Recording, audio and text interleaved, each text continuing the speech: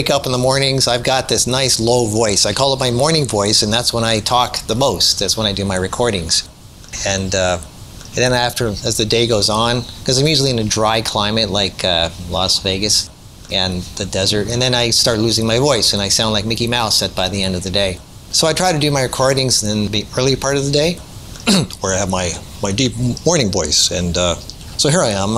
It's kind of wearing off because I've been doing videos all morning, but I'm in a beautiful location. I have a cool voice, but I don't know what to say. What do I say? What would you like me to say? Leave your comment below and tell me what you'd like me to talk about. What are your thoughts? What would you like Marcus to say to you? What do you want me not to say? And what do you want me to say? This is a silly video, but it's important because it might determine the future course of my life. What would you want Marcus to talk about? Let me know. Leave your comment below and sign up to thehealthylife.com. Bye-bye.